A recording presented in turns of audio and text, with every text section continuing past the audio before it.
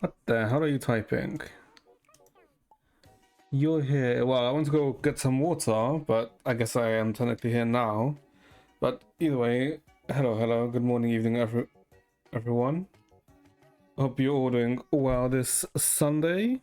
It is Sunday, right? No, I literally wrote Sunday on the title. Of course it's Sunday. The hell am I saying? Why are you watching the kids show? What is wrong with you? I thought you didn't like it. Yeah, it is Mother's Day, right? So happy Mother's Day to everyone. But I don't think anyone here is a mother, so I mean, I guess you don't really have to be a mother to celebrate it, right? But you know, it's okay. But why? Didn't you say you didn't like it because the guy was cringy in the show? His violence VA is there too. For some reason, I'm not too surprised, right? Because a lot of VAs that like obscure work, right? Before like they started to get more notoriety, well, not notoriety, but you know, before they start to get more recognition or better jobs or roles rather. Bye. Oh, Escape Zero. Zero Escape, yeah, Zero Escape. Yeah, okay, I remember you said that there was someone could buy in the game, right? Unless I'm completely wrong.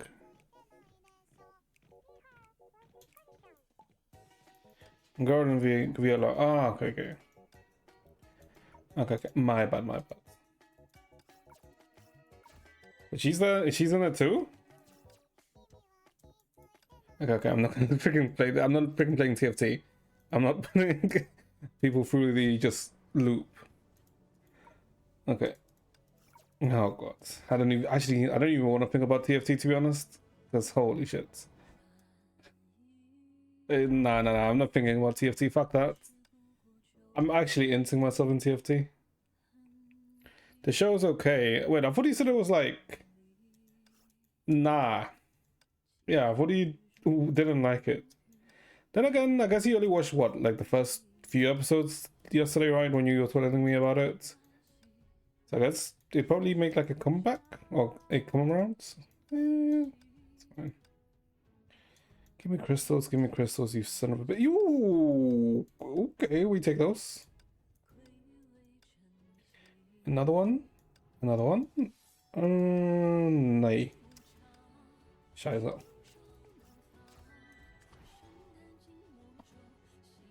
When the dude became the opposite personality, he got cringe, but in a better way. Ah, okay, so it became like the entertaining type of cringe.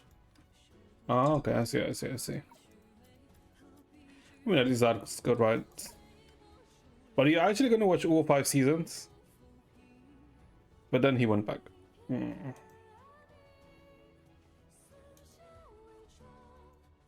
mean, I suppose if you're enjoying yourself, it's, I guess, fine, right? So I suppose it's fine. But that didn't sound like you were enjoying yourself yesterday. But I guess things do change, right? Okay. So, what is the plan for today? Well, to be honest, today is rather chill. Technically, what? The plan was just to, do a bit and then talk about Chapter 8, right?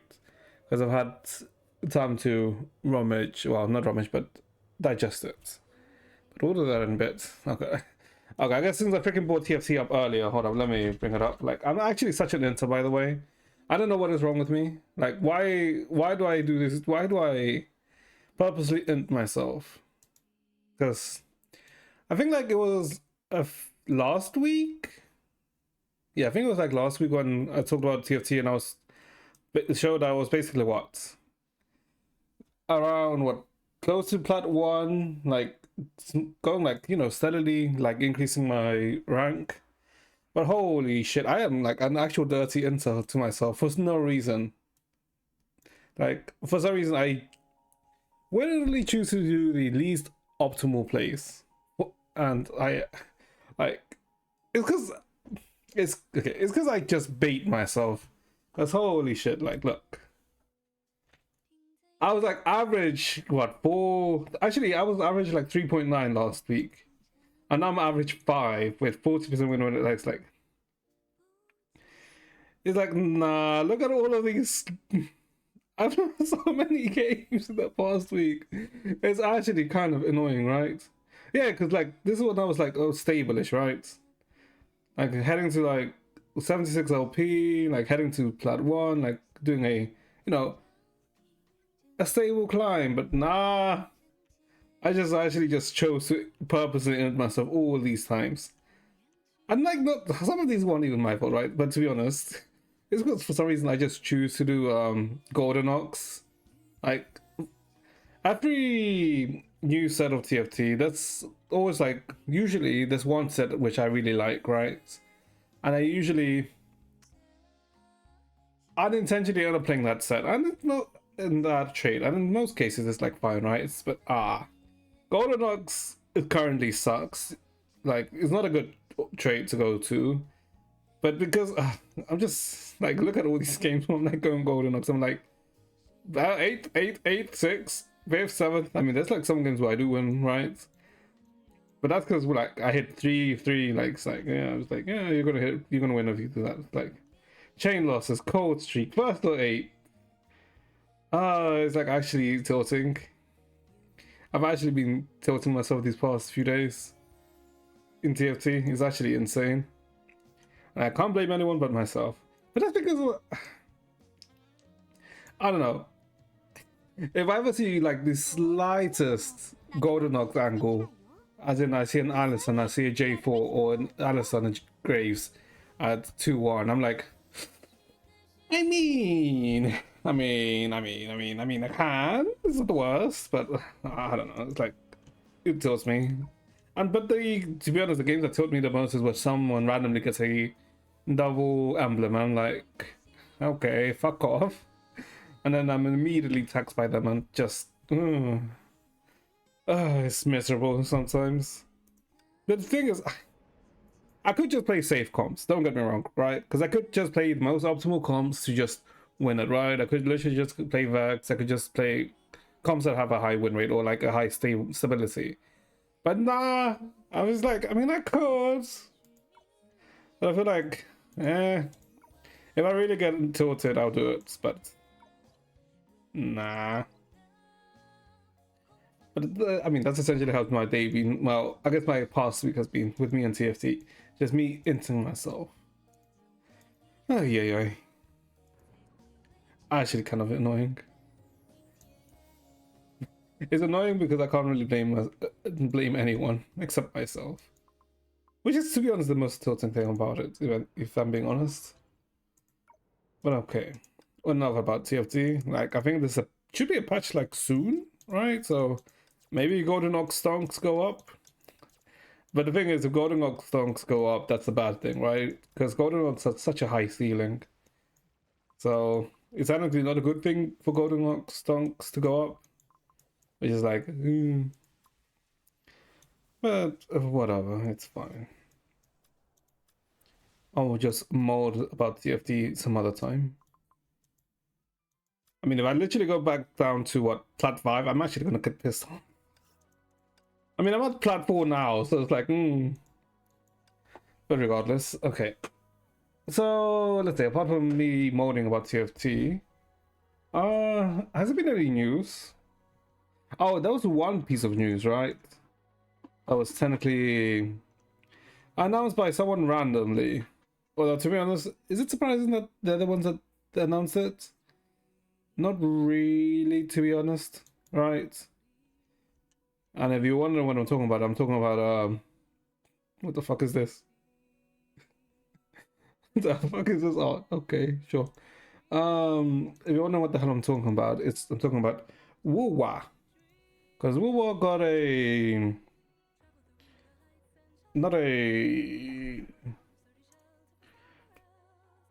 well, there's I guess, job market, I want to say. I mean, it's not really job market, right? In the,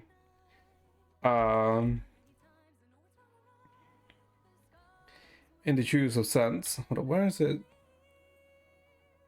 Where the hell is Jeff Keighley. Where is he?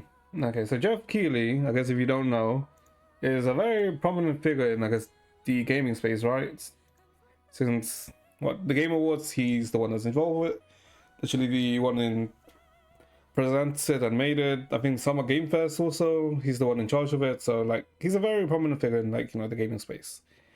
And the most important thing about him is that he has so many connections. So when he does, like, Game Awards and shit, sure, the winning the awards is like nice and all right, but the actual, you know, the actual good shit about it is the premieres and the announcements that they make during the Game Awards. And basically, yesterday, or technically 14 hours ago, which is technically yesterday, he made a random post about water, and essentially, it's a sneak peek into how Kartithia plays, or what Kartithia, kind of does, right? So yeah, I guess let's watch it. So this is playable Kartithia. It's like a 11-second, 30-second clip. So you can see her model, which fucking Twitter compression is so annoying. There's a transformation sequence. Ooh.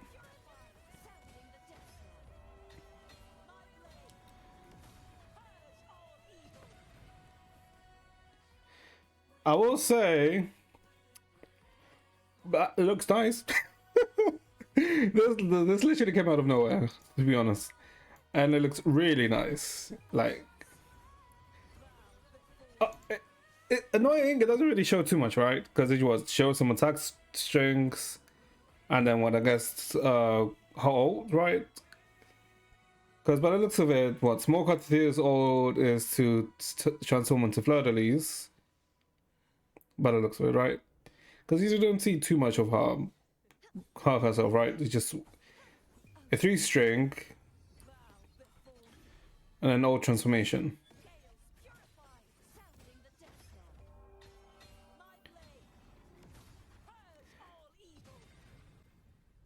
Yeah, by the looks of it, it's something. By the looks of it, the Kartithia doesn't play the same as, right? But seems to function similar to how Zani functions, right? Because Zani also has a second form, and Kartithia also has a second form in being Fleur-de-Lis, right? And when Zani uses her second old in her second form, she ends the transformation. And as you can see here, when Fleur-de-Lis uses the ults, she also ends, like, transforms back to Kartithia. So they seem to have like similar framework, if that makes sense. Obviously, they'll probably play differently, right? Because I'm assuming it's probably going to be just heavy spam, if anything. I mean, the animations are kind of nice, I will say that. And this? It is a nice finisher, right? Because especially you can see the casting line throughout the whole thing in a straight line.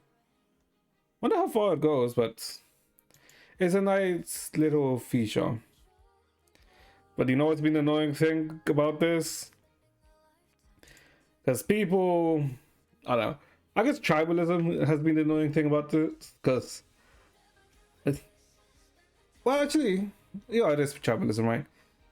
And it's not even like, let's say, the majority, right? Because the people who are the most annoyingly tribalistic are the loud minority, right? It's always the case, right? The loud minority is always the most annoying.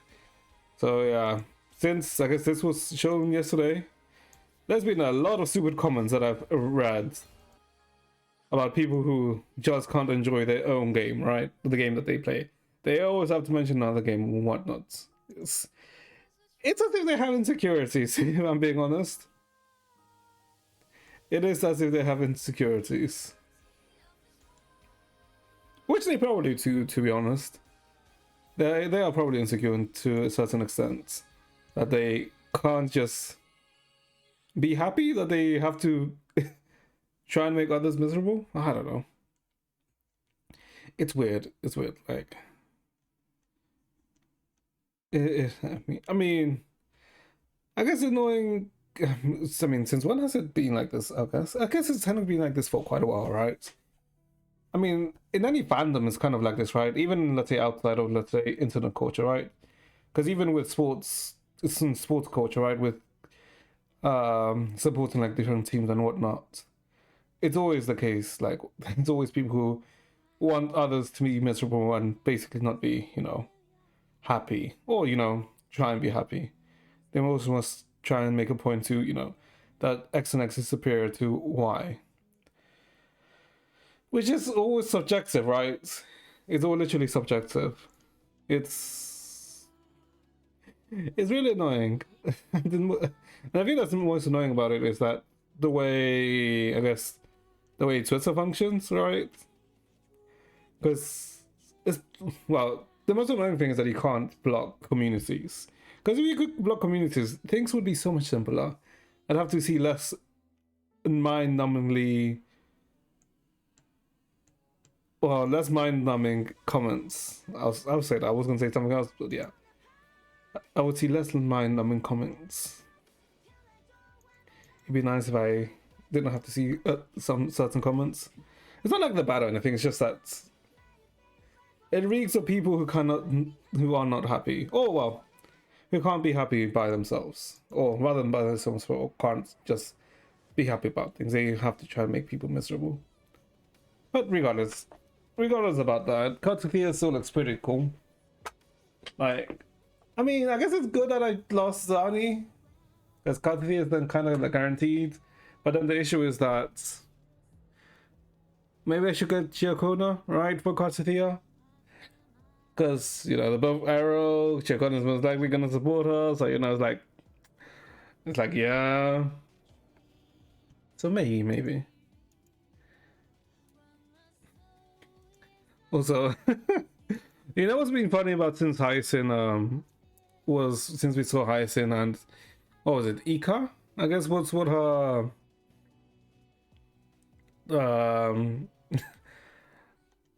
was what her I guess Pegasus was called. There's been like a few decent arts about the fucking Pegasus, about Ika. And I think I saw in this I think I saw in quite a few different posts that it has a nickname Fat Fuck. And hold up, let me see if I can find it. Because I'm pretty sure I saw, was it on the official Reddit? It was like Fat Fuck. Hold up, where is it? Where is it? Oh, here it is. Yep, like it's been funny of how this fucking creature has gotten just the name Fat Fuck. Like, holy shit, like what is this art, by the way? Just destroyer of worlds. Actually, yeah, devourer of all, like literally. It's funny of how something so cute has gotten that like the nickname. Because it is cute, but holy shit. Like the contrast is the funny thing. Okay, let me see. Apart from me delving a bit more into Akron Mains to see the insanity of Akron Mains, I don't think there's anything else that's been announced, right? Yeah, I don't think there's been anything else that's been announced. Yeah, apart from the travelism, there's nothing else. Which I guess is fine, right? It do be a weekend. It is indeed the weekend. Oh god. Hold on, what time is it? 7:20. Let me start doing this. Oh god, I have to do this. Wait, hold up. What's the event? How many days do I have for the event? 45 days. Okay, I'm good. And I will probably start the event this week, I want to say. But we'll probably start the event after we do the Archon quest. Because we're definitely doing the Archon quest. We'll probably start the Archon quest, the Genshin Archon quest on tomorrow or Tuesday. one of those 2 days is when we'll start the Alchemy Quest, right? Because I do want to do it. Because technically, what is there? Is there anything that we need to do that has, let's say, a time limit? Is easy nothing really, right? I mean, I guess it's the event, right? But it's not really, let's say, a extravagant event or anything like that, right? It's just an event. The flower, the flower designing thing.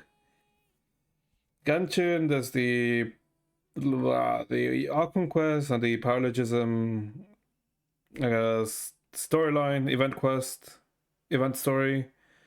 And I guess there's also Escophius story, right? Because it did say it's recommended to do Escophius first and then the event quest. So we probably do Escophius thing sometime this week too. Starro, I guess there's nothing really on Starro, right? Because we're just waiting for the week after, which is the updates. But I guess it's what I technically need to finish off the Bubble Buddies, the Smash thing, the Seal Smashes events, right? Because I still haven't finished it. Well, I guess it's the Zani storyline where we can do at some point. Yeah, I'm not really, let's say, there's no rush to it, if that makes sense. So there's that for Wu. Yeah, I guess we're kind of chill for the time being, which is good. It is very good. Because the week after, also, not, the upcoming week, but the week after, should be ZZZ 2.0, since Hugo is on Wednesday, I think? Yeah, like this Wednesday is Hugo, which is fine. I don't think Hugo's gonna really sell that well, if I'm being honest. Because Hugo's just fine, if anything. Okay, so what is it? Stardust. Oh, Stardust Bleed. Okay. Oh god. Oh god, oh god, oh god, oh god. Yeah, I guess it's just, what are people using? Okay, so it's just Sanctuary, change you to this. And let me see.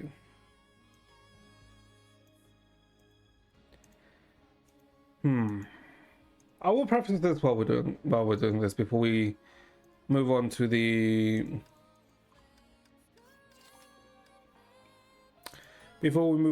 chapter 8 discussion talk. My stance on chapter 8 hasn't changed too much since yesterday,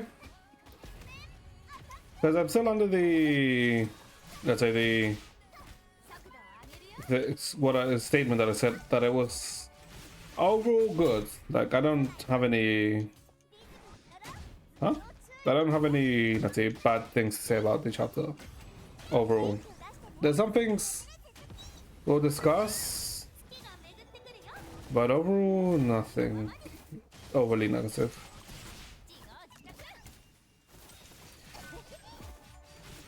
Okay. Oh boy, wait. Should I try hard in this Abyss? I don't know, I think the game is a bit loud. Yeah, that's a bit loud. Okay.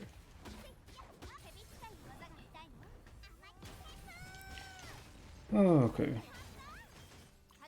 And I heard that apparently they hotfix fish skip, which I guess is technically not the worst thing, right?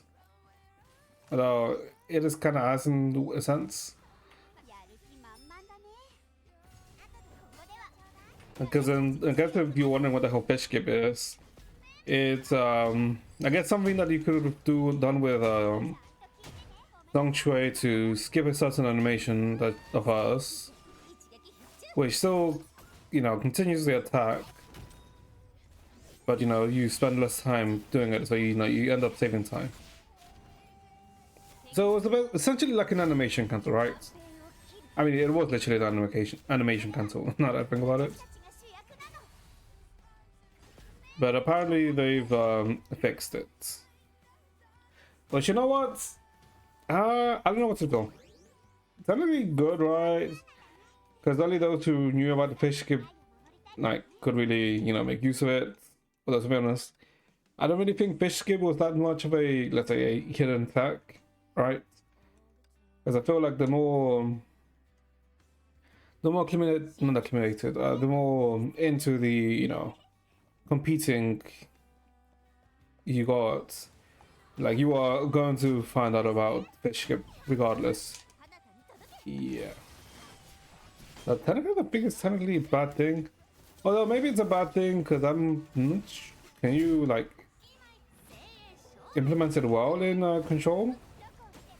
Because I mean not in control but in let's say mobile. Because I play on PC, right? And I technically use a control, but I know like with mouse and keyboard you can also do the fish skip. You don't have to use a control to do it. But I'm not sure you can do the fish skip in mobile, right? I mean, technically you should be able to, although it's going to be a slightly bit more awkward.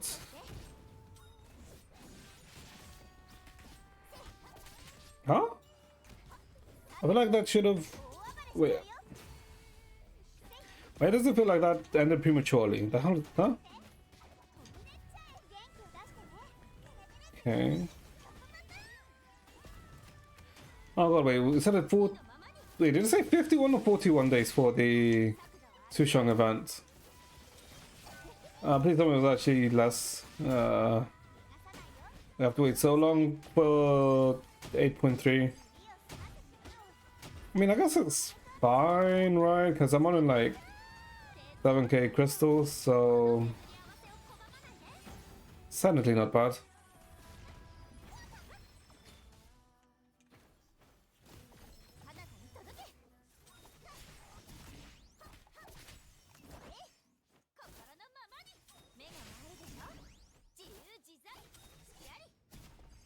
Huh? What am I doing? Come on. Yeah, I know you're here.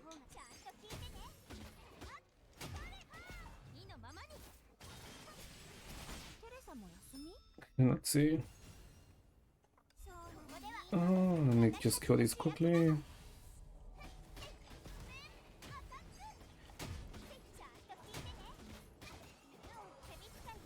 Wait, hold up. Wait. Oh god, we're gonna enter mid-May, aren't we? Huh. Wait, when does that come out? Oh, that comes out in July, doesn't it? The Rider game. Oh. No. I said nah, we should start Mesa 4 at some point. I literally said we were gonna do it. But the question is when? When to play Mesa 4? I mean, to be honest, I think we should have played it in April when I said to, but yeah, we're in May now, so that's not a thing.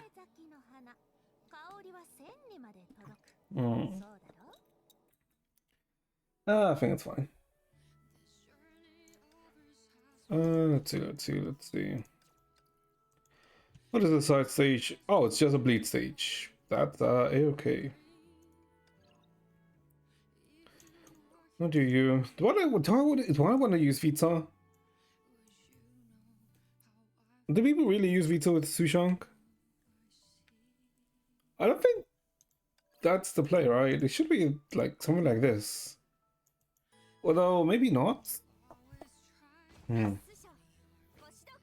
Yes, I am. You watched the movie. What movie did you watch?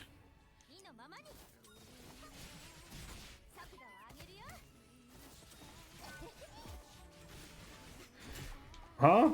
Wait, what do you mean you don't know what movie you watched? It's about vampires. Is it a recent film? Is it an old film? Is it a classic film? There's like a lot of film movies about vampires. So you saying it's about vampires doesn't really help too much. Because I guess technically the most notable vampire film is... is Twilight still popular? I mean, probably... I think Twilight's probably niche nowadays, right?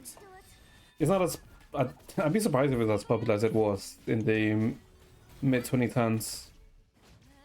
Then again, when the hell did Twilight come out? Oldish. What, so like pre-2000s? Vampire film. Van Helsing?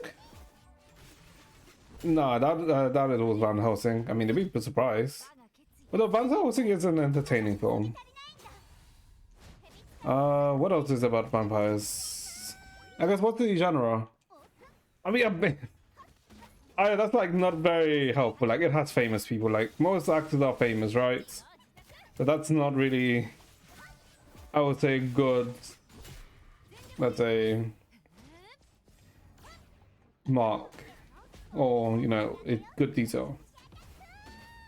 But I guess if it's famous people, right? Because you know, there's like different levels of famous, right? Because there's like B-list, A-list celebrities and shit. Brad Pitt, Tom Cruise.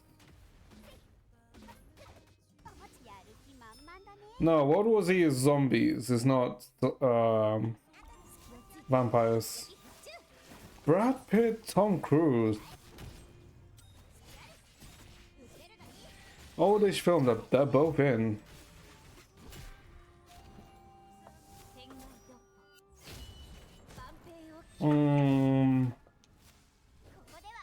About vampires. Okay, so it's definitely not like anything like Underwater, anything like that. Brad Pitt, Tom Cruise. Nosferatu? No, neither of them are Nosferatu. And Nosferatu is actually more recent than old. Vampire film with vampire film with. Okay, this is an old film then. Okay, you're talking about Interview with the Vampire then, right? Christian Slater. This should okay, this film's old as hell. 1994, it's even older than me. But that'd make it 30 then. No? I mean, the film that has both Brad Pitt and Tom Cruise is Interview with the Vampire. No? You older? Shut the fuck up, I'm not 87. What the hell makes you think I'm 87? I ain't that old, I'm still young.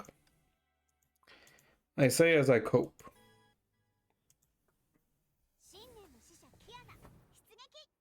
But what, even you're enjoying that film? Oh, I mean, I'm not sure if it's a good thing, right? But I don't know. I haven't really paid too much attention to films in the past. When was the last time I actually paid attention to films?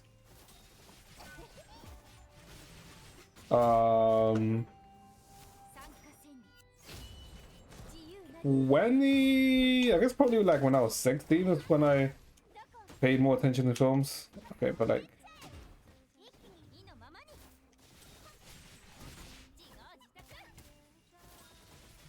this is a very popular film. I guess I wouldn't really know about it. Now that I think about it. Which I'm not sure if that's a good thing, because technically it makes me out of touch. But do I care? I wanna say no, but technically I should, right? Because I technically should keep up with what's hip and cool. What the hell am I saying? What the hell is wrong with me?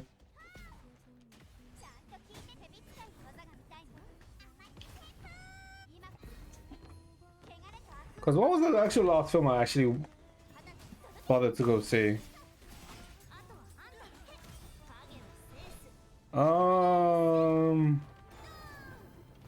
But I actually wanted to go to the cinema to go watch. Maybe. There's no way it's the Joker, right? That shit's like. Is it actually the Joker? Was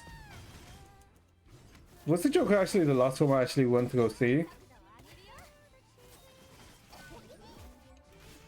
No, I don't believe so. The Joker was like 4 years ago, right? Nah, I don't believe it. There's no way the last time I actually went bothered to go see the movies was like 4 years ago. Was it? No, it would have to be before 4 years ago, right? Because that was 4 years ago was during COVID. So I'm pretty sure it was before COVID that happened. So it would have been in like 2019 or 2018. Oh god, then that'd be like 6 years ago. 5 to 6 years ago. Jesus Christ. Was that really the last time I went to go to the movies? Jesus Christ, why is my score so shit? Huh?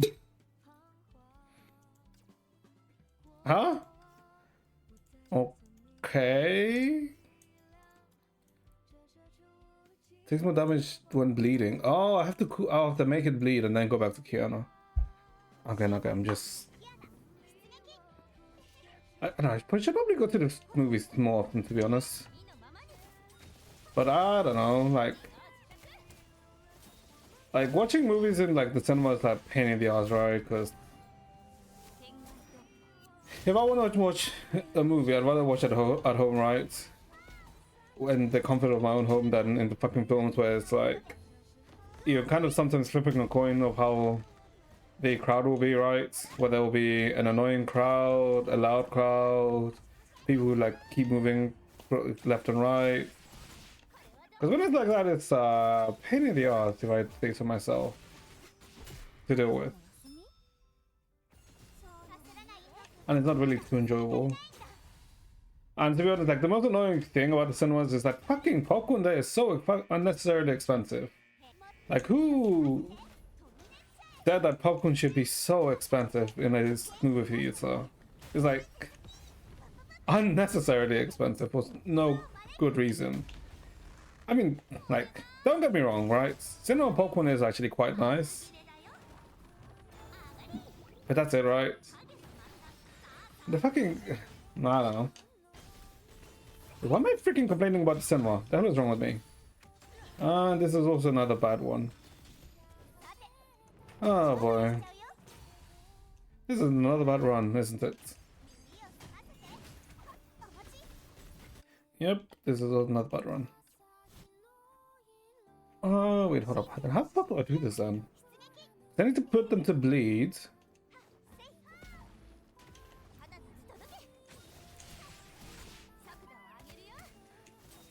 Because this puts them bleed. Stutters. Hold up, actually, what is the actual rotation here?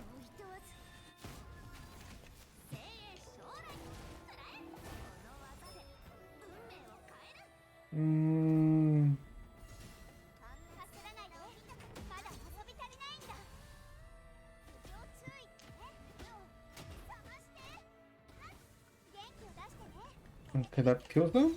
Yeah.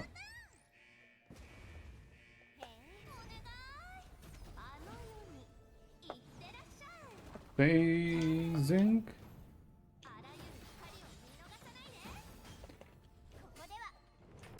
No, I don't think this is phase, is it?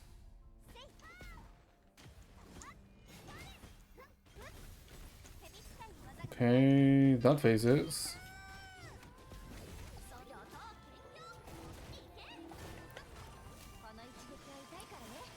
This is Shang?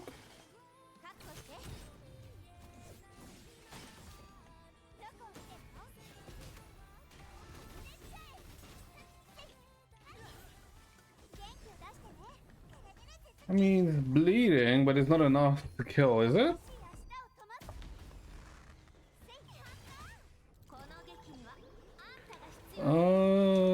Is it?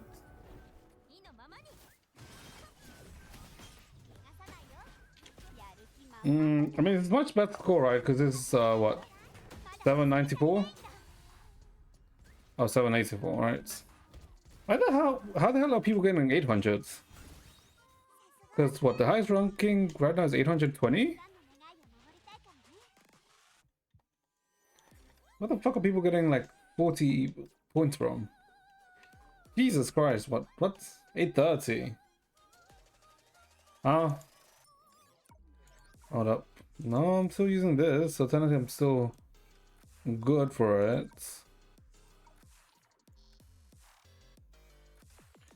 What is the rotation? Well, you want Song Shui for the fish. And that's some. I mean, I doubt it's my affixes, right? Because affixes are okay overall, right? But do I need to increase? I mean, it's kind of hard to increase these affixes, right? Like, Jesus Christ, that affix is kind of insane.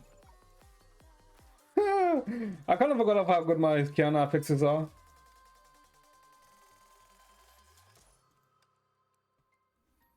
I mean, I guess this one is the one that can be improved.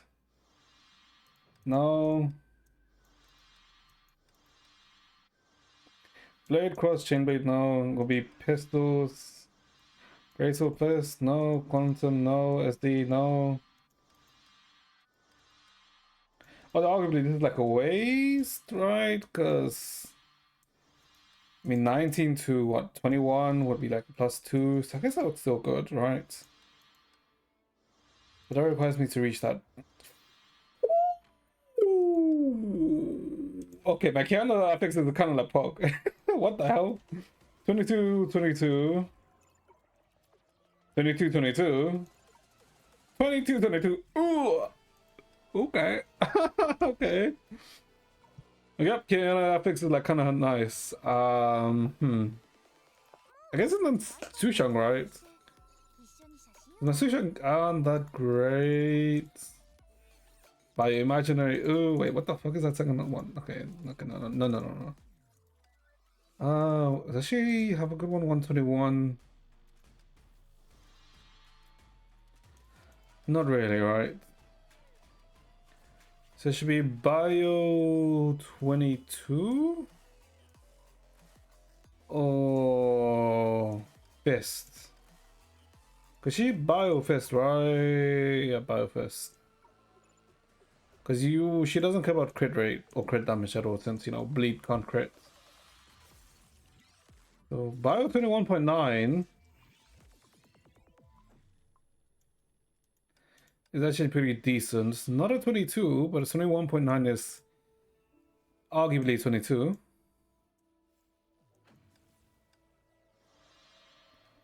Cannon, crit, mag, greatsword, fist. Oh, she's a fist user, right? So should also keep an eye out for fists.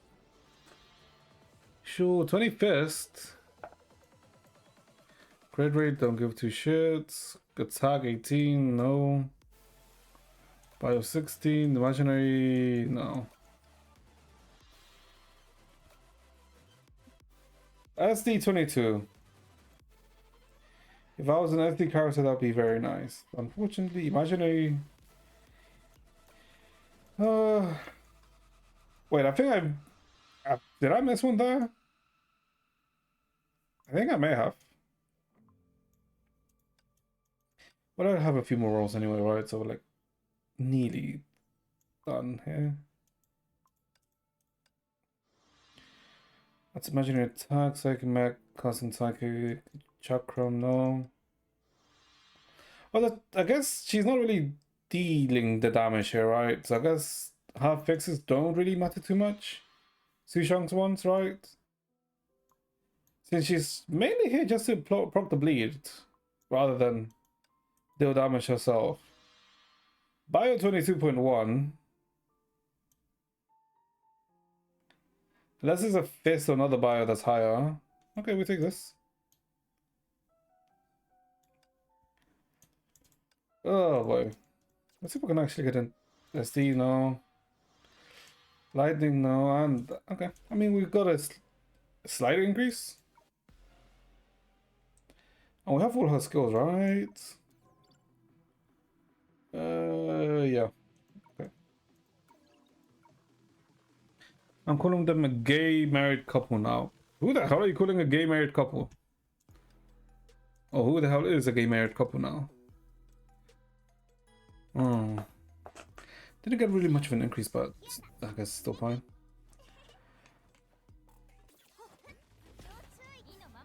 Do I just apply the bleed and then fuck off back to Kiana?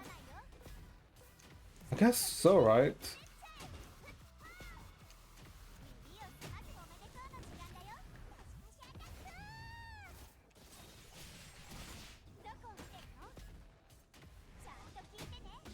Is that really it? Because they're bleeding right now.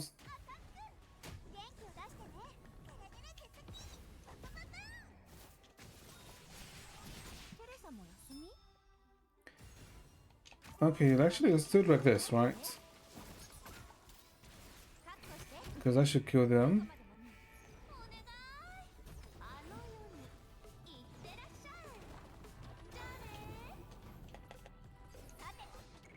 Okay, back to him.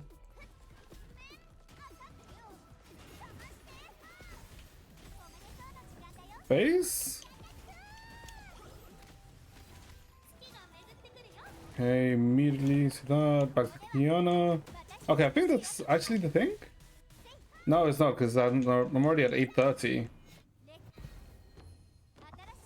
Because I feel like Cruise got to Pit and Pit just... What the hell? The hell is this all?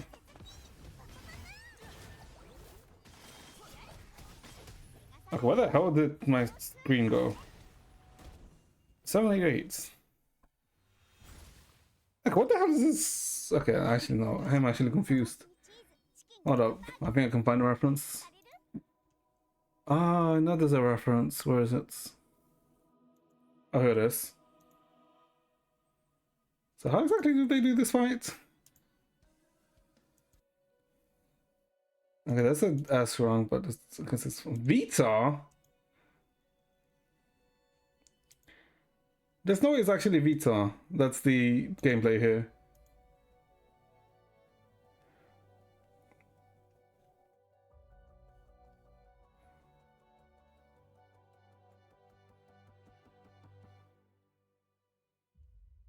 Is it?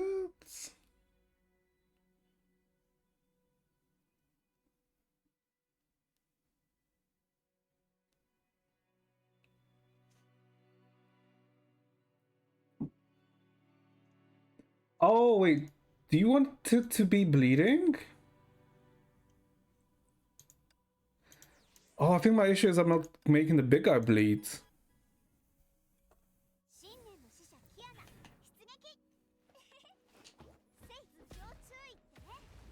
Fuck, too early. That's what. What is the film even about anyway, by the way? Yeah, because I can guess a few things, right? Because it's interview with a vampire. But what exactly is the premise?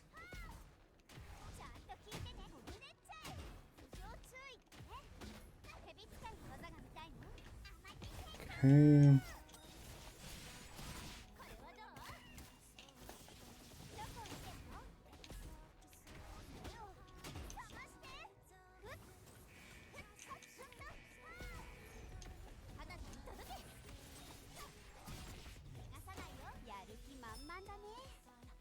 Maybe I shouldn't have done it here.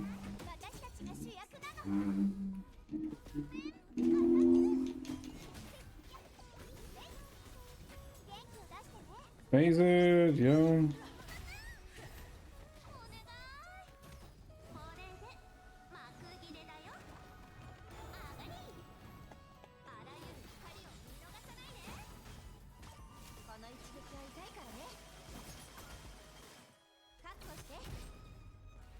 Yeah, because I'm already at 8:30. I'm not sure what the hell people are doing to... Well, it's 799, so I guess it's technically a better score. Maybe bleed is the thing? What am I missing?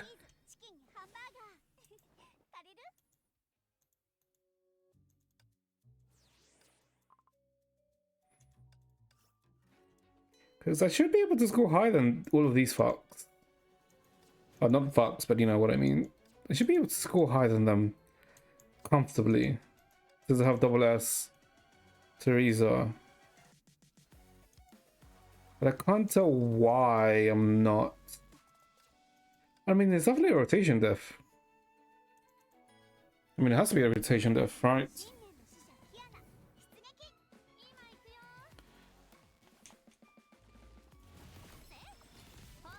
What about if I ult them immediately to...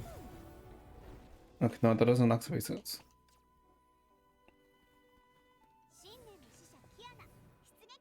So just go...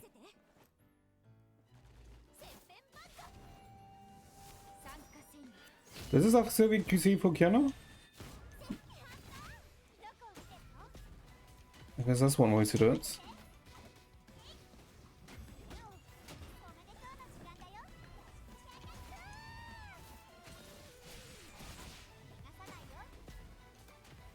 Hey, come on.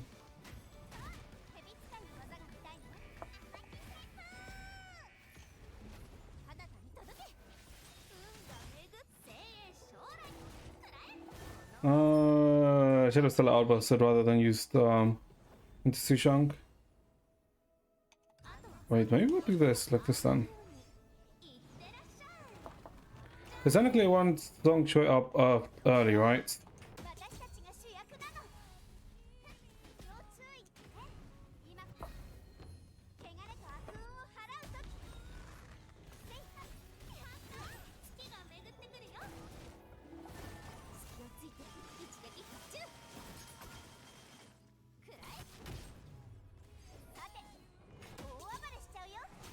This is it?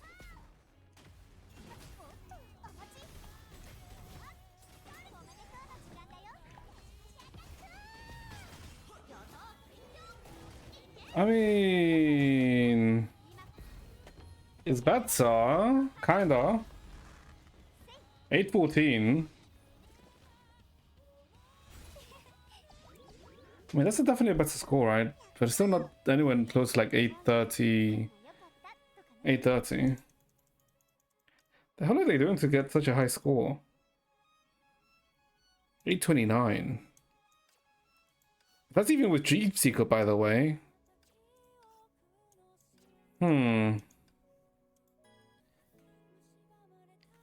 Does everyone know the actual rotation here, by the way?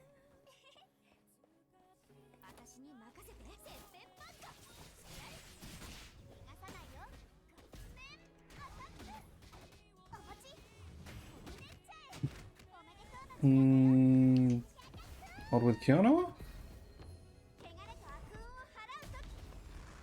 Back to Sushang.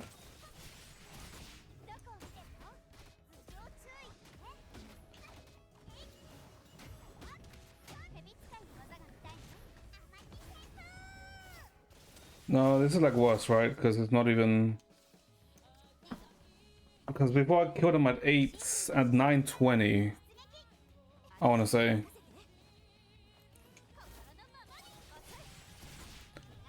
So that's definitely like a worse score.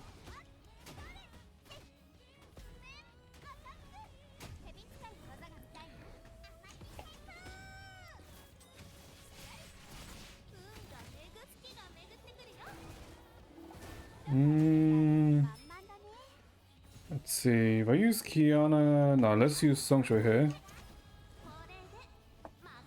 And immediately phase...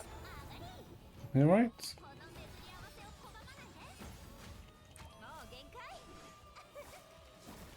Too early.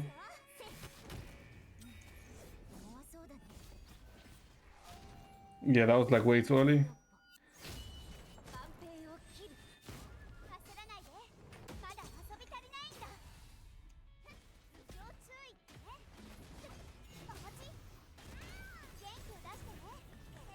Okay.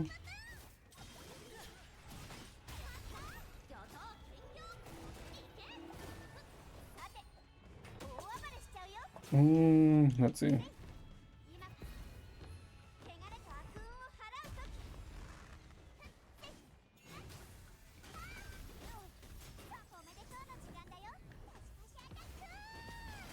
No, this is...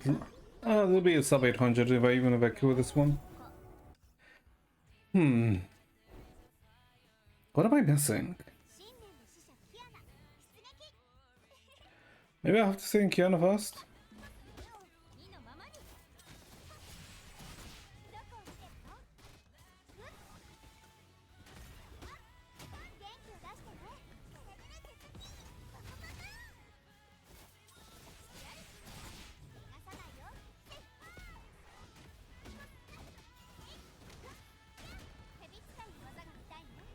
Kills? 満々だね。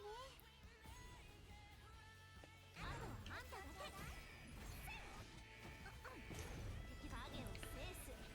I think that was too early. この一撃は痛いからね。 Yeah, that was like way too early. That's delayed by a few seconds. ここでは私たちが主役なの。おめでとうの時間だよ。 Phase. 月が巡ってくるよ。意のままに。さて、大暴れしちゃうよ。せい、ね。新しい明日を Let's see. 8:30. 元気を出してね。勢いに乗じて派手に行こう。最高だね。あなたに届け。 Yeah, this would probably have been fine if I didn't fuck up the Song Shui transition. 新聞の使者キアナ。 Yeah, with the Song Shui transition, that would have been actually perfect. あなたに届け。逃がさないよ。リズムに乗ろう。かまして。元気を出してね。パパパパ。運が巡ったかっての。ちゃんと聞いてね。お待ち。おめでとうの時間だよ。Mm, やる気満々だね。 too early, too early, too early. 手伝ってよ。 Okay, it's out. 空切れだよ。上がり。この一撃は痛いからね。覚悟して。かすらないで。 Shouldn't have done that with Sushang. せい、一気に行くよ。せい、めん、はた、ひねっちゃえ。リズムに乗ろう。元気を出してね。 This is also slow. 今、汚れと悪運を払うとき。あなたに届け。月が巡ってくるよ。さて、大暴れしちゃうよ。 Hmm. Hold up. Should I just settle? Let's see. People actually using Vita. I mean, like Vita instead of. Because apparently some people are using Vita, but like what people above me are using. Hold up. I mean, I guess let's check here. Myriads. Are they actually using Vita? They are using Vita. Huh. Why? Vita over Sushang. Because I guess since you can't do fish skip, I guess that's why? Because then you don't care about physical, you care about lightning, right? Yeah. I mean, I guess let's try it once like this. これが星空を一人で踏むの。 Okay. 星を折って安らかに眠る。星とともに失われた世界に沈むがいい。どこを見てるの？あなたに届け。逃がさないよ。かまして。要注意。おめでとうの時間だよ。 Let's see. 8:49. We go by 8:30, still technically good. 意のままに。 Does this go? 参加せん。自由なり。 Yeah, that does kill. どこまでも行けるよ。せっぺんばっか。テレサも休み。 Okay, well, we do start with this. 一中。くらえ。せい。かすらないで。 Guess that did work. ないんだ。せい。元気を出してね。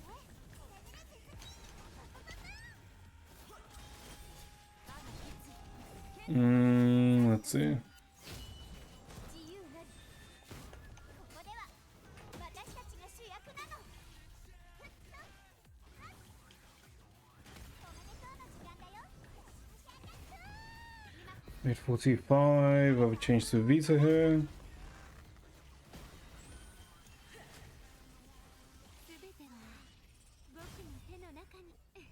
Maybe if I didn't change to Vita, or if I did Vita earlier.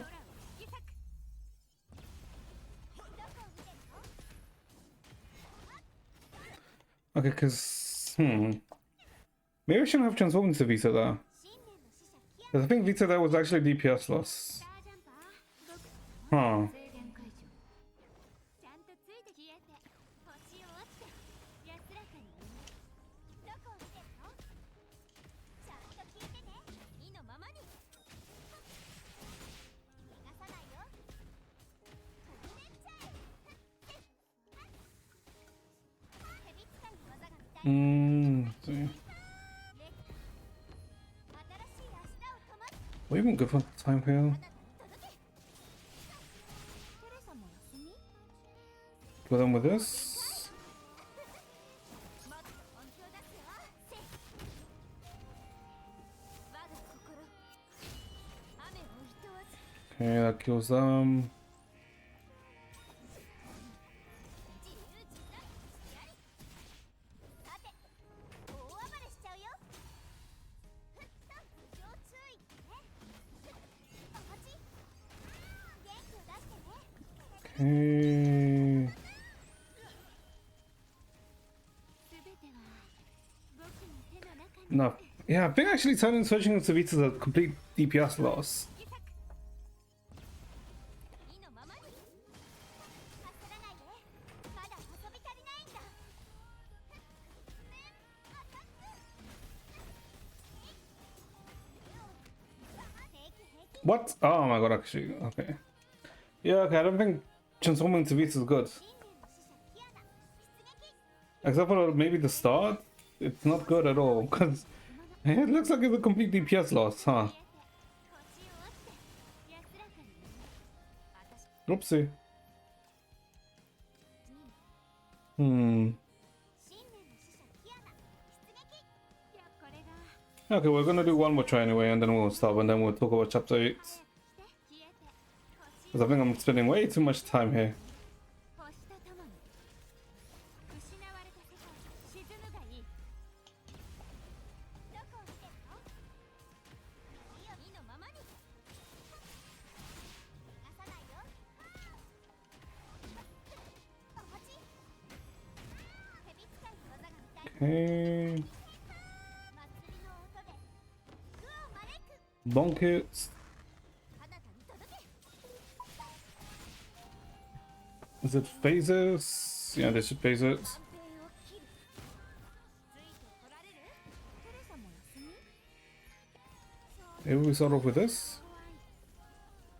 すべては僕の手の中にもう限界 Did I just completely miss it? もっと本気を出すよせ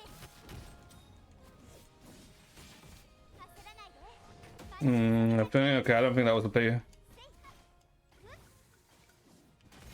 を出してねパパパパ遅いさて大暴れしちゃうよ Okay. 祭りの音で福を招く It's weird. Wait, what's weird? 要注意ねおめでとうの時間だよ年越しアタックあなたに届けどこを見てるの Yeah, no, okay. Yeah, I have no idea how to get the highest score. Ah, whatever. We'll just settle with both this time. Ah, I'm actually wondering, what the hell is it?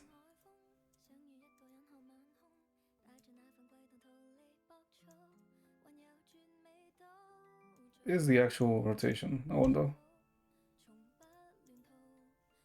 Yeah, what's weird? I'm assuming the film that you were watching? No, but you said you watched it already, right? So, couldn't be that. So, what is weird? No, that's all I'm taking. I need one that's not.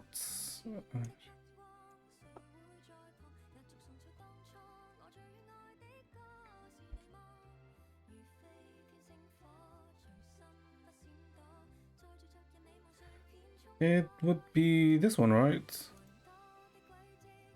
Because how are they doing it? Okay, they're also using Vita.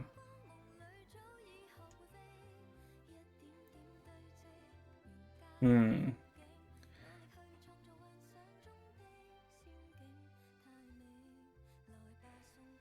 Because they just go into the Vita old immediately. Yeah, so similar to what I was doing.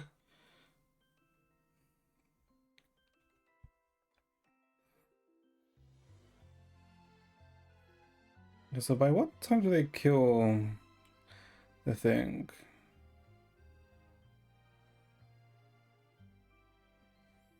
Oh, so they kill it off with Sushong. I guess makes sense. Oh no, they don't even kill it off with Sushong. Oh, they... Huh.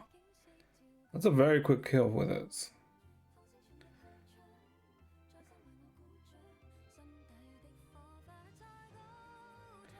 What the hell does Vita ult do again? Because Vita ulting every time. So they're trying to get something from the Vita ults, obviously.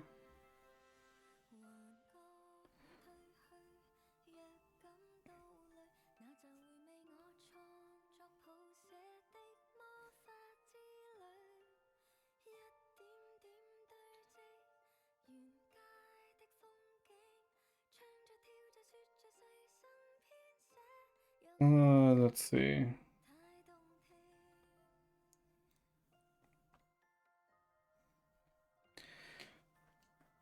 Because there's no way to switch to Vita, because I think Vita's just an actual DPS loss to switch to Vita's hands.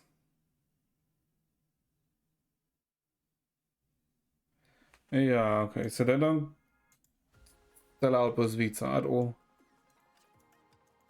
Sure, one try. I think I get it. I think. Wait, if they don't QT, wait, if they don't ult with Vita, there's no point in having Vita's lightning up.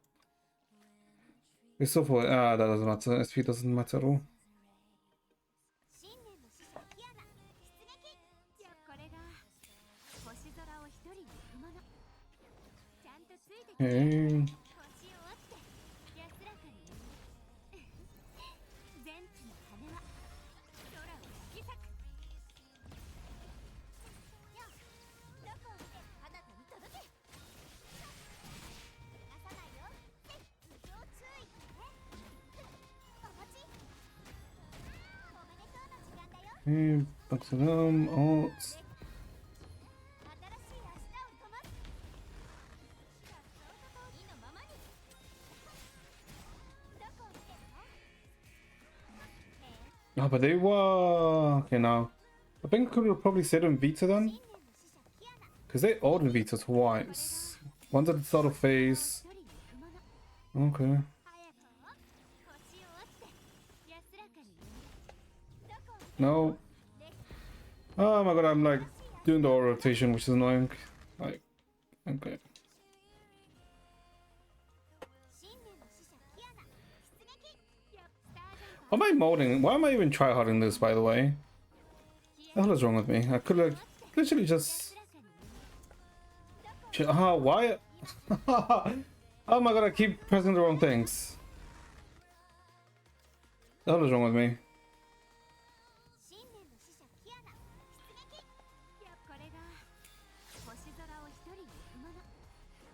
消えてちゃんと星を折って安らかに。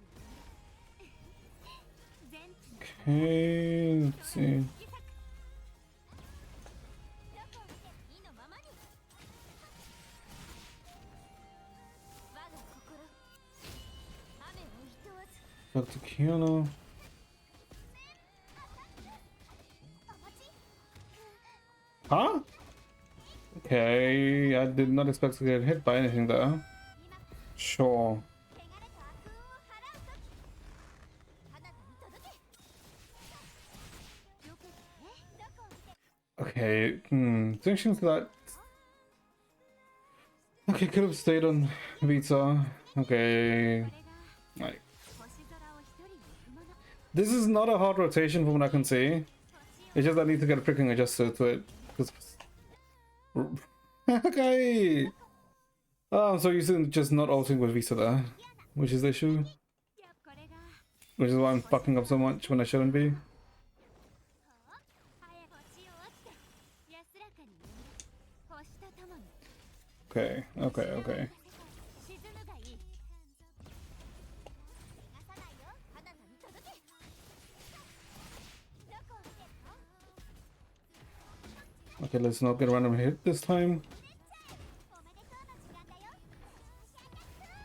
今、汚れと悪 Okay. 意のままに。 Hold here. 雨をいとわず。避けてね。スタージャンパー、パワー全開。消えて、星を折って、安らかに産んで。本気を出そう。 Nah, that might have been a mistake. But I don't know if it's speed with Vita. で、一気に行くよ。要注意。妖怪ヘビ使いの技が見たい。 Which is kind of like.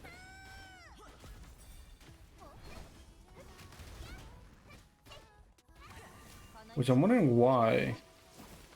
Ah, I should have picked up the SP orbs, shouldn't I have? 焦らないで。 Because there was an SP orb that I didn't pick up there.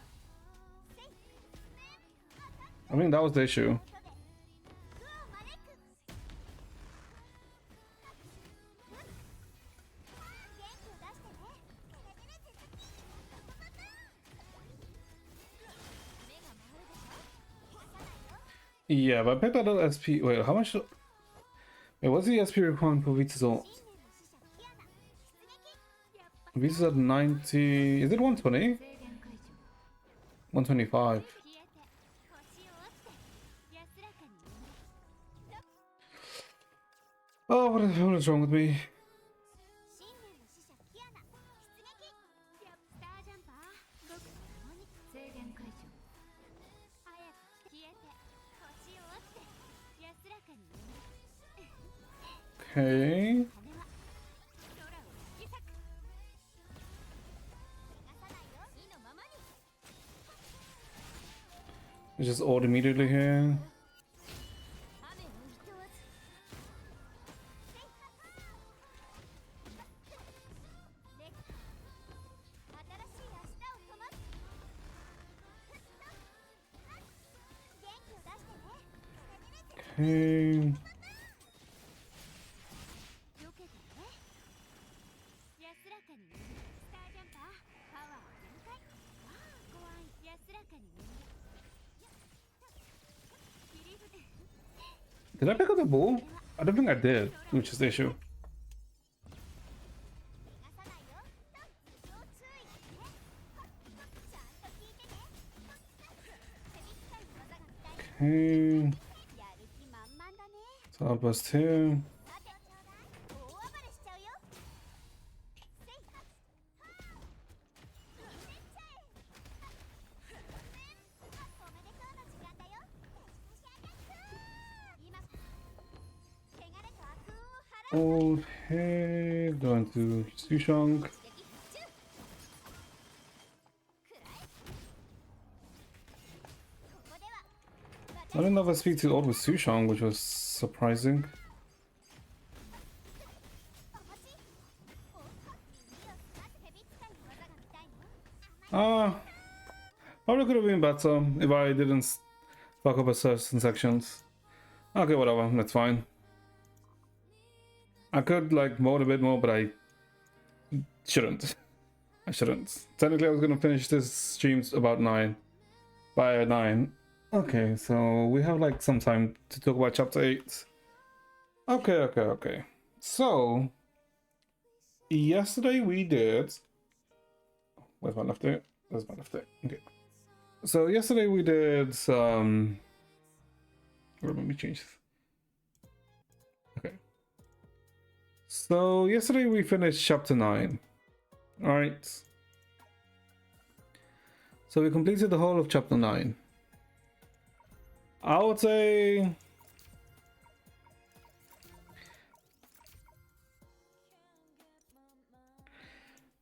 Because some people would say that chapter 8 is probably the best chapter so far. And I'm not sure whether I would agree with that. Because I have heard. Like, some people say it's the best chapter so far. Some people, like. I don't know. The overall sentiment is good for the chapter, right? I myself did enjoy the chapter. Like, there was a lot that I enjoyed. There was like some sections. Well, I guess there was particularly one section that I am a bit miffed, if anything, right? That I feel like they dropped the ball, which kind of, in my opinion, made them kind of not, you know, stick the landing, right?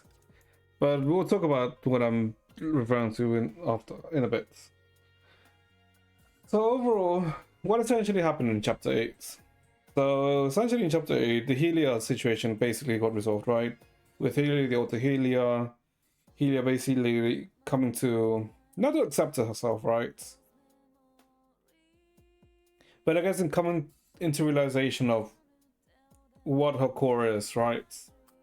Of how getting over being blinded by revenge. But also I guess she also got to see where the possible route by her being blinded by revenge could lead to, right? Because that's essentially what Alter Helia was, right?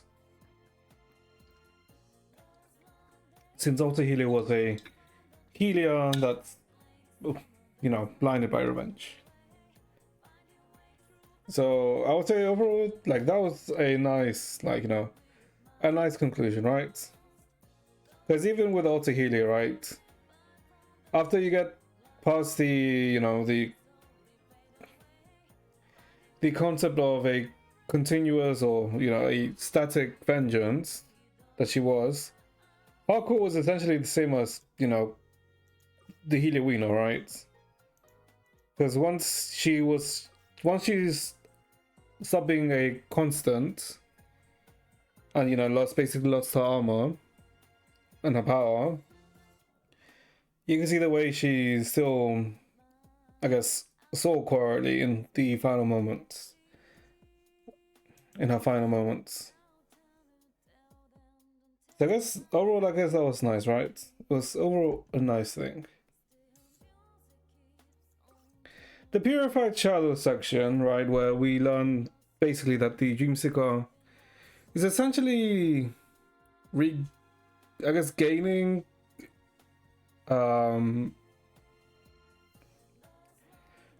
gaining the Shadow Authority that I don't want to say Link Shah, not Link Shah, that Layla has or had. Actually, I'm not sure. Would Layla still have the Shadow Authority, considering the Shadow Calamity? In a way, you can see that the Shadow Calamity is like, kind of like letting all the shadows go, right? But it's not unsurprising for Dreamseeker to get this power, right?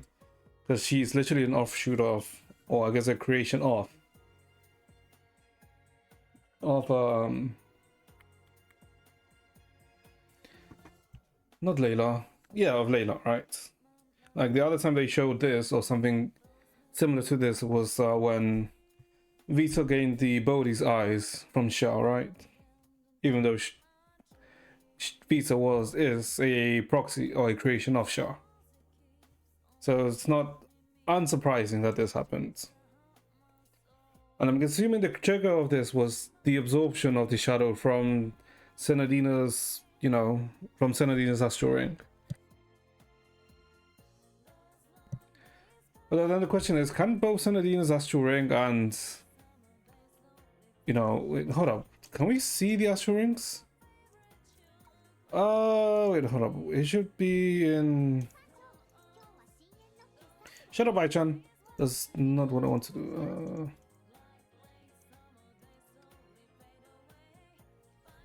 Can we see the astral rings? Because I'm pretty sure it's like a CG, right?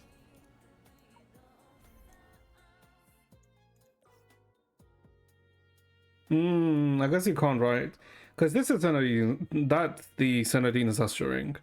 And I guess these are the astral rings that are given to Coralie and Helia.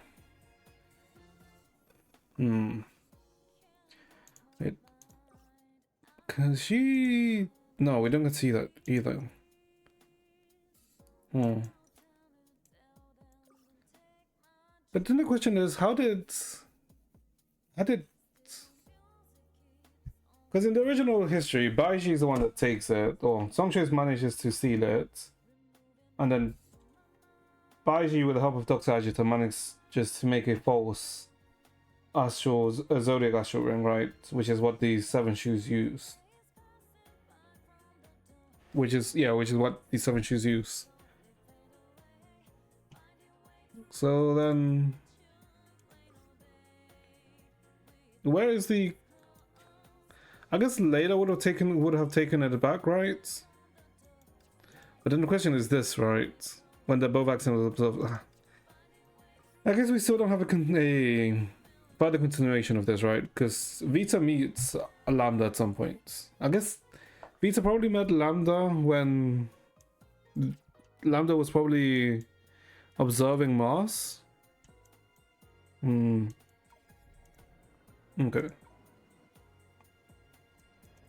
But anyway, let's go back to where we were. Chapter 8. Yeah.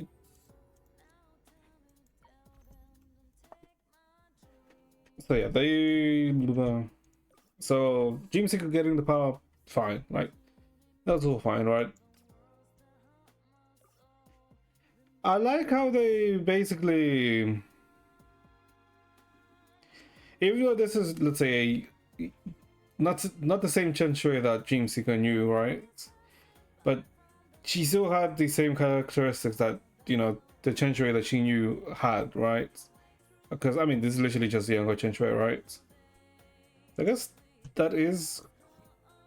It was a nice, let's say, kind of like a nice callback to the first arc, right? Because although Chen Shui was in this arc, I wouldn't really say she played a major role, and her appearance has been like sporadic, right? She came and go, right? Came and went. So there was like a nice moment between the two. This I liked, although I initially found it weird, right, that we went from Valkyrie trainee to Valkyrie to younger Healy, right? But it kind of makes sense, right? Because this was with Healer talking with her fellow, I guess, students, or I guess fellow trainees, and then this was Helia, like trying to aspire to, you know, try and match with the big dogs, as in, you know, Rita, May, Bronya, you know, trying to find a pathway to, you know, try and stand side by side. And then this is the Fearless, right, where then Helia was, I guess, the most, don't I say the most optimistic? I guess the most optimistic Helia is a way to put it, right? I mean, there's a reason why they freaking called it the Fearless, right? And there's an introspection between Helia and her younger self, right? Of how Helia, when she was young, she was fearless, like she didn't fear trying everything, right?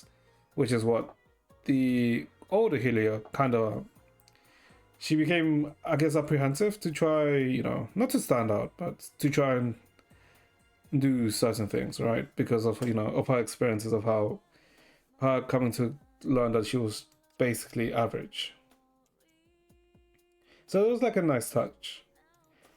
And then, you know, seeing of how Helia essentially managed to get the armor, right?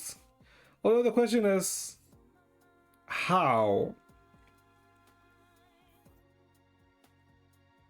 Oh, no, because if I remember back when they talked about Experiment 4.1, when, you know, when also Helia got the armor initially, they didn't say it has to be in a constant state of rage, right? Or a constant state of vengeance. They just said that it has to be in a consistent stage, right? Let me find it.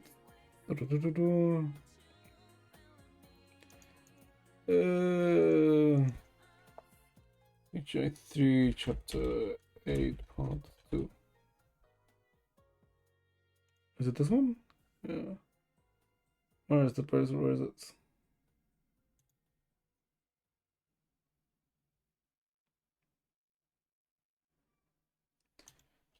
Where is it when they talk about it?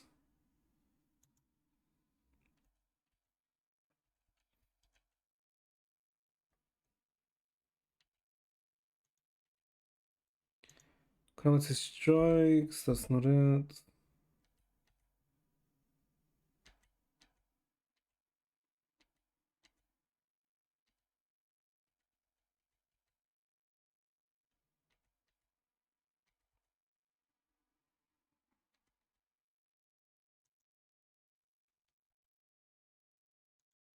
Wait, hold up. Let me just. Sure. Well, I'm putting Persona 4 music. The hell is wrong with me?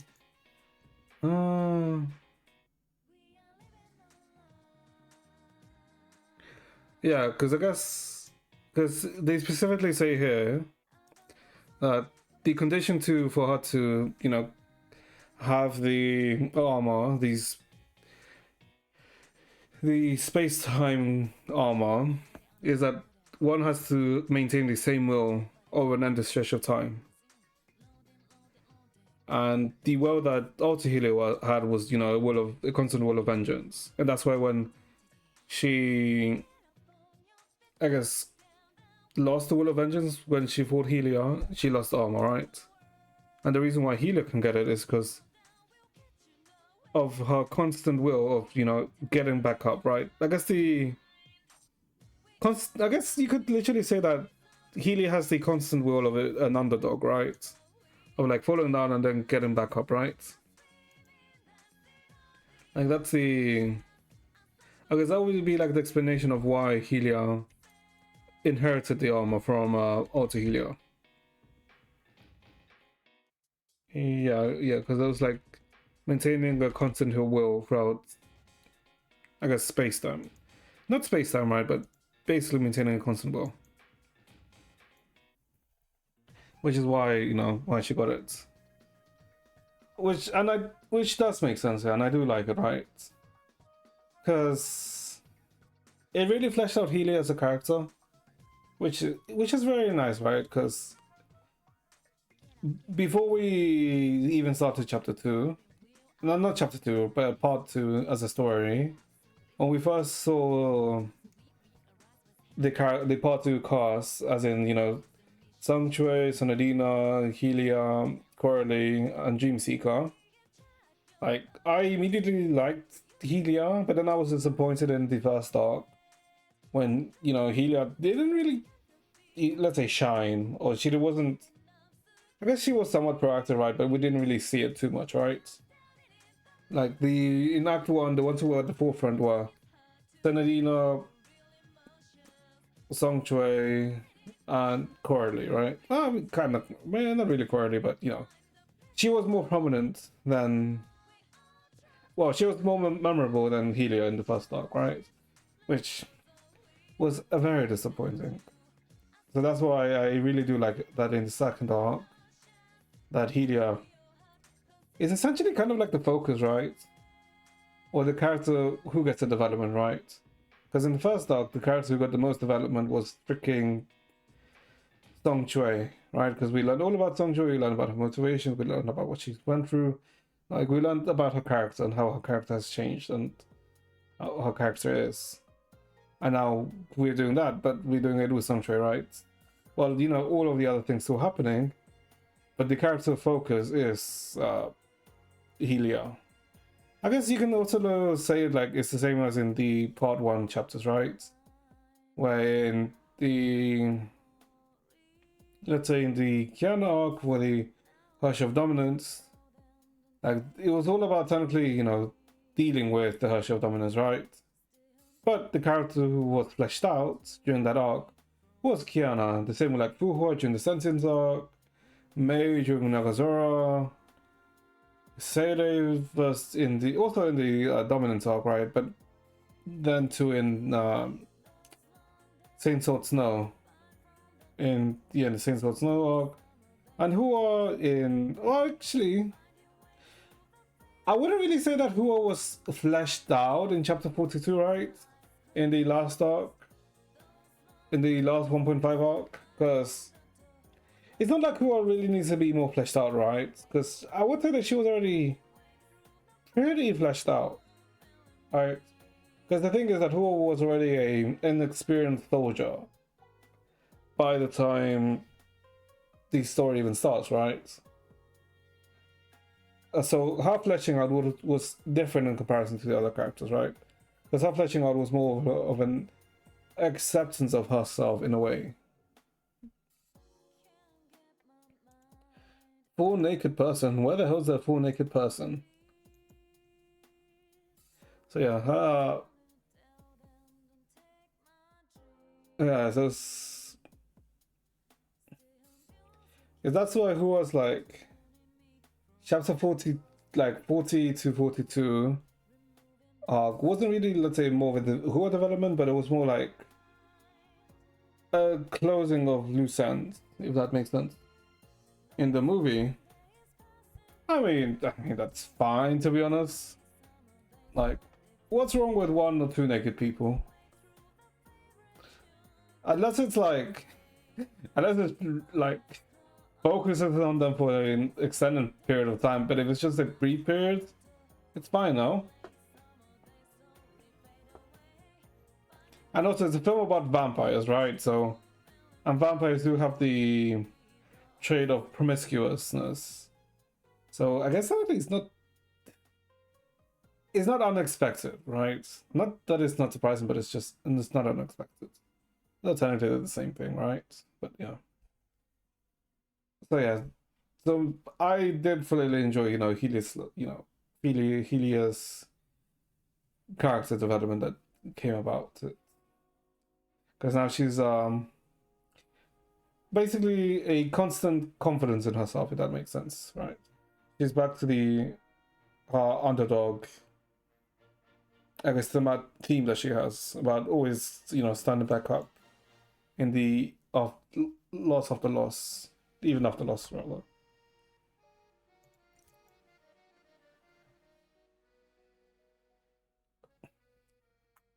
I guess one of the big questions is that we get from this chapter. Well, some of the big questions that we get from this chapter are, what the fuck is Agita trying to accomplish? What the hell is Vita hiding? Where the hell was Coralie sent? Let's look at the last section when Coralie started waking up. Where is it?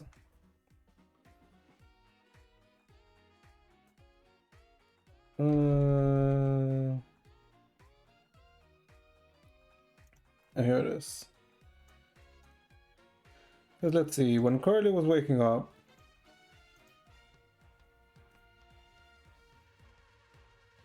we don't know what this is, right? It's reminding me of something. It's reminding me of a certain thing. The area that this seems to be, because this is essentially the next map where we're going, right? The next region, I guess, where we're going. Because I guess we're technically done in Rumu, right? Because the main aim of Rumu was to, I guess, not deal with Litos, right? To find out more about Litos, but essentially to learn more about the god in the tower and, Litos. Which we did, right? We learned more about Litos. We learned Litos being an alien, how he was God's knight, a knight of God. And we learned, I guess, who was the one behind the Calamity, right? The Shadow Calamity, who we kind of thought it was Litos, but then we actually learned the one who was actually behind it, or the one who's most likely behind it, is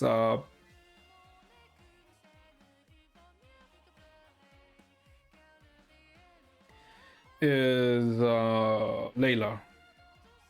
But the question is, that doesn't... some things aren't really adding up, right? Because there's a few anomalies, right? Because I guess the history that we've, I guess, experienced, you know, with us fighting Litost, that wasn't technically, let's say, the true history of what happened in Luoxing. What song is playing? One sec. Oh, okay, that's fine. Yeah, it wasn't the true history of what happened in Luoxing, right? Because this was an altered history that we caused. Since in the real history, Litost never showed that power, right? He kept that power hidden, right?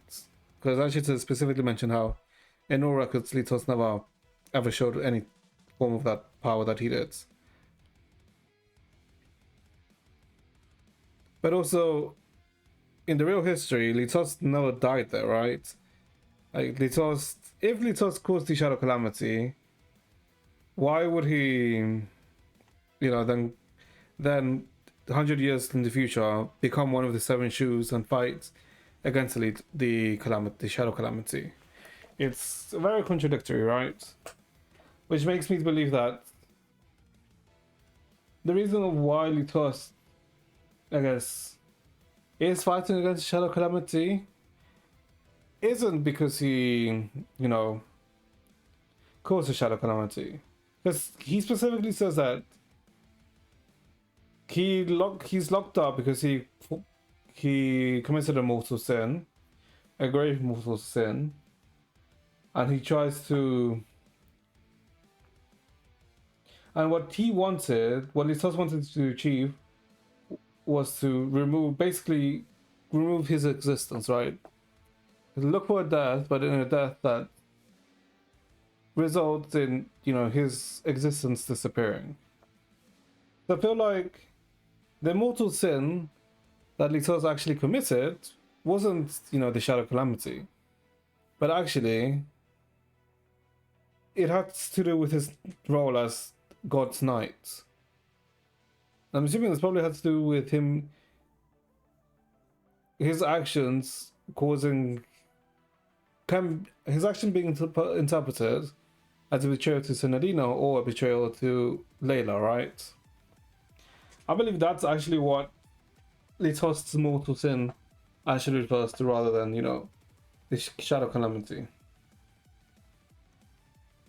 Which is interesting, right? Because I thought that by the end of, you know, chapter 8 or the whole current storyline, which pretty much focuses on Litost, I thought we would know everything about Litost, but we actually don't. Like, it's interesting. But then there's also another question of, in this arc, we learned of the existence of Narla, right? So where the hell is she? I know, and on a side note, where the hell is Serapeum during all of this, right? Because we know that Serapeum knew Layla, Senadina, Litost, and Narla, right? That Serapeum is also like a oddity. But now she didn't really appear, let's say, in front of us, right? Since Serapeum was, I guess Serapeum was in the library, but she was having a secret meeting with Litost. But I don't know. There's like this whole arc brought up more questions than it answered. In all honesty, but also very much enjoyable. Oh, and the thing that I was talking about, like the next region, which it looks like we're gonna head to. Where is it? Give me a sec. Let me find what I'm looking for. Where is it? Where is it? Where is it? Where is the dance? Is it this one? Yeah. I feel like this scene, or the next area that we seem to be heading to, is... No. No. A nice castle, no. I feel like it's this area, right? I feel like this is the region where we're gonna go next. Could be that too. No. I feel like it's this. Like, this is the region where we're actually gonna head to now. Actually, hold up. If you look at the moon, wait, hold a minute. I just realized there's actually symbols on the moon here. Huh. No, but I feel like this is the region where we're gonna go to next. Well, that's like the region that. Oh crap! I freaking closed it. And that's the region that this is trying to show.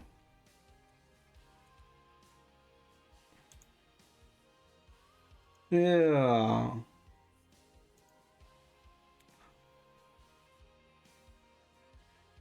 But actually, don't these look like wings? They look like wings. Or those stone wings, rather. Huh. And you can't really see the moon here. It seems like it's an eclipse. But yeah, this like seems to be the area we're gonna go to next. And apparently, well, chapter 9 is apparently similar to how chapter 4 was in stages, right? But I feel like it's the same. It's makes sense, right? Because it's probably chapter 10 is probably, and onwards is probably gonna have the, you know, like say the new open world, well, the semi-open world, like Ruimu essentially, but for the new area. So I mean, like, interesting, but it also means that Corley, I mean, it wasn't really ever slated that Corley was dead, right? But it was more like she had no conscience, essentially, right?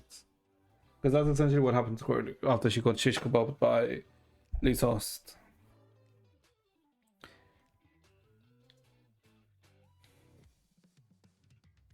Now,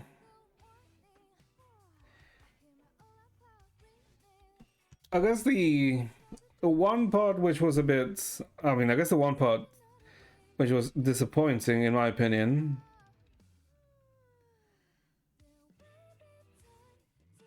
yeah, in my opinion, the part that was disappointing, it was literally this. I don't know. For me, the Lytost fight was, it could have been much better. Alright. I feel like the Lytost fight could have been better, right? Because I feel like they kind of half-arsed his Lytost's transformation, right? Because he has a cool, like, because his transformation is cool, right? But it's, I don't know, kind of just happened, right? I feel like they could have done more to transition into his transformation, or they could have done like small sequence of him. But I guess it also kind of makes sense that they didn't, right? Because Lysos isn't really, let's say, a flashy character. But yeah, I would say this fight is very meh. Because if I compare this fight to the Perception fight, right? It's not that great. Right. Because I guess the nice thing about this fight is that the healer that you're playing, let's say, doesn't really, let's say, like play one-to-one of the normal healer, right? Because she's kind of like an augmented healer, right? When she goes into the enhanced states, right? So it's not, let's say, one-to-one. But the actual fight against Lytost was kind of lackluster, right? Because there was some interactiveness with the fight itself, but I don't know. There could have been so much more. Unless I missed something, but I don't think so, right? Because it's not like a one-shot Lytost, right? The hell is this? Where is my Chatrino? Inexplicables. I'm good. I'm very good. But yeah, I don't know. The fight, it was a bit disappointing, right? The fight itself was a bit disappointing.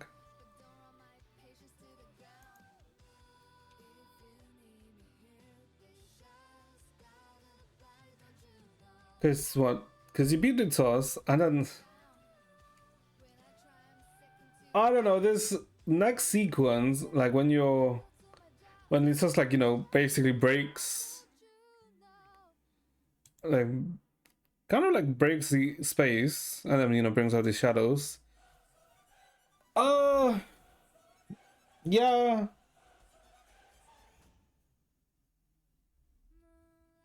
It is, even visually. I mean, the visual, like, I guess let's say the domain that you create is kind of neat, but I don't know, because you have to compare this to Perception, right? To the Perception fight, right? Because Perception was the end of the first arc, right? So I was kind of like expecting a fight, something like akin to the Perception fight, but not really. Like the final fight really kind of like annoyed me, because it didn't have the oomph that the Perception fight had, right? Which is the very disappointing part. That's like what pissed me off. That's like what really annoyed me about this. The source fight was a bit was underwhelming. It was underwhelming. Yeah. Because yes, there's like the other fights, like when you fight the freaking Sea of Data Fish, right? But that wasn't really like, say, like an end of arc boss, right? The toss was meant to be the end of arc boss. Because even freaking Donnie was, I guess, it was somewhat interesting, right? When you transition from face to face, right? But I don't know, the Litos fight. Because don't get me wrong, like the sequence of Helix and swimming is cool, but also the sequence, like this, is cool. Don't get me wrong.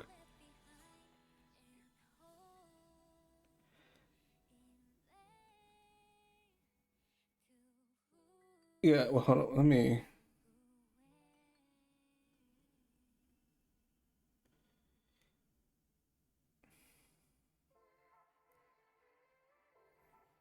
They should have done a small animation sequence of this. They should have done a small animation sequence, right? Because I feel. Wait, hold up. Wait, hold up. Let me hear this with sound.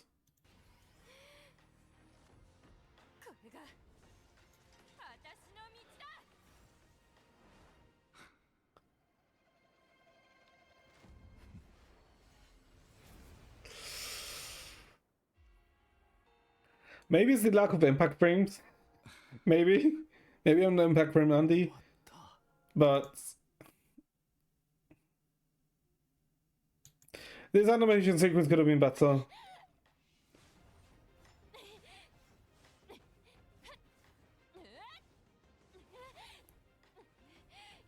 Yeah, because it also feels like there's a lack of sound effects, right? Because you can see here, like especially in this sequence, right? Because you should be able to hear, you know, the tossed shadow swords basically, you know, you know, how they're clashing with Helia's gauntlets. But there's like no sound, which makes it feel a bit awkward. I mean, okay, you can hear it slightly there, but it's like so quiet. I don't know. This, it's cool, but it feels lackluster, because you also have to compare this to Seven Shoes One Law, like that sequence, right? because even that itself was disappointing in itself, right? That it's not an animated short. Because if that was an animated short, I feel like it would be much better. The same for this. I feel like Healer should have wasn't an animated short, but it looks of it, like it seems like Impact Third is not going to get an animated short again. Like, yeah, it looks like Impact Third's not getting animated shorts anymore. Oh, right. Oopsie. I just realized I didn't have the things on open on screen. Oopsie. I was talking about like this section when when the swords clashing here. Like you don't read here. Yeah. I just realized that wasn't on screen. My bad. But yeah, I thought this should have been an animated short. The last fight, it's annoying because you have to compare it to the perception fight. I guess I'd be more lenient if the perception fight wasn't good, right? I'd be way more lenient. But unfortunately, the perception fight was good. So I can't be too forgiving, if that makes sense, right? But then again, maybe the perception fight was just too high of a bar for them. Or they just made the perception fight too good. I mean, that could be it. But do I really want to be that lenient about it? Is the question. I'm not sure. But like that's like the only main annoyance I have about the chapter 8, right? Because I guess story-wise it's fine. It's just the presentation and the last fight annoyed me because I was expecting much more. Yeah, I was expecting much more. That's why I'm kind of miffed about, let's say, chapter 8. That's why I was a bit miffed about chapter 8 yesterday towards the end. Because I was like, that can't be it, right? There's no way that was it for, Healer's arc. Like, that's how Healer's arc kind of ended. In terms of, like, let's say the final fights.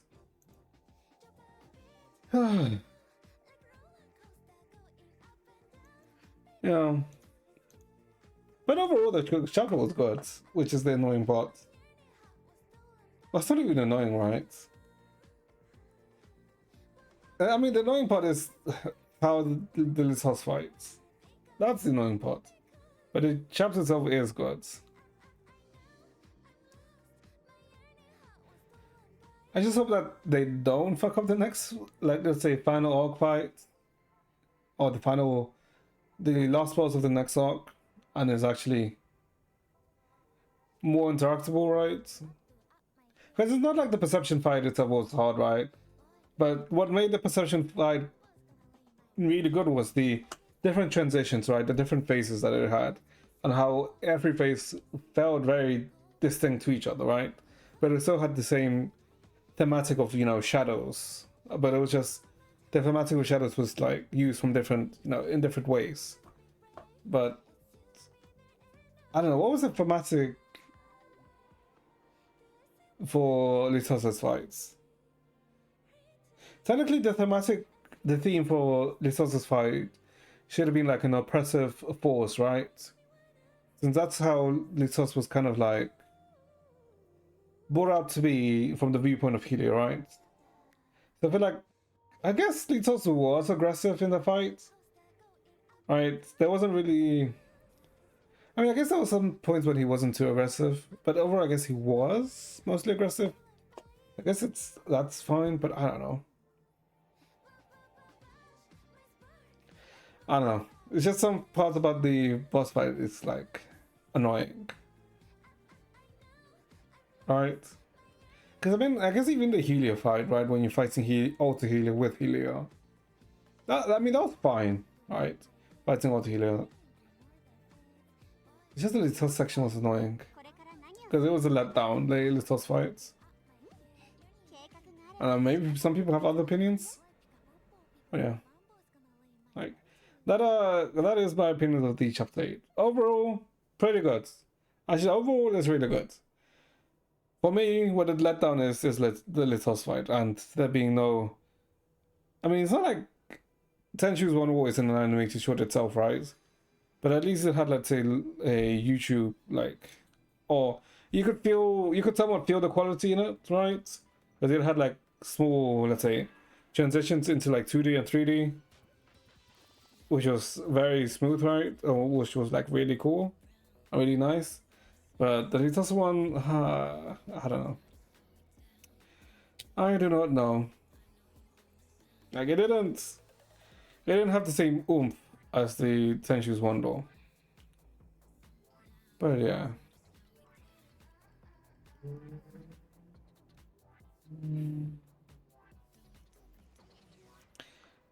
Yeah, no, it's annoying that they're not doing animated shorts, right? Because the nice thing about animated shorts is that they all have to have a song, right, which then reminds you of that character and what the character went through, right? Such as you say, Honkai World Diva, that reminds you of Mei and Mei's arc in Nagazora. And same with the cap. Well, not well, the cap is like an overall arcing, right? But let's say the same with Regression with Otto. The same with Cyber Angel with Bronya. Oh my god, why can I not remember Chapter 25? What was the song for Kiana? What was Kiana's? Oh my god, what is his name for Chapter 25? Nightglow, Himiko, Uncle Wadiro, May, Cyber Angel, Bronya, Regression, Otso, True, Alicia.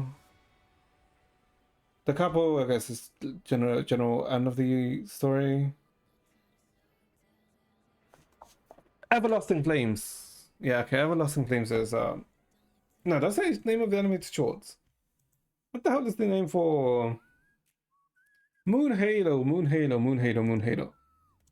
Imagine, actually forget Moon Halo, the hell was wrong with me. But yeah, like that's what the really nice thing about animated shorts was, right? But the lack of animated shorts in part 2 is really annoying and really disappointing. But I guess, I don't know, I guess we'll never know why. Because I doubt they will ever give us an actual reason. Right? Because I feel like if they ever actually give us a real reason of why they're not doing animated shorts, it was a reason that would disappoint everyone. But yeah, overall, that is my opinion. Like, I mean, everyone can have their own opinions, right? But I feel like I'm not being I'm not really being overly negative, right? But I'm being critical, which can make me sound as if I'm being negative. But yeah,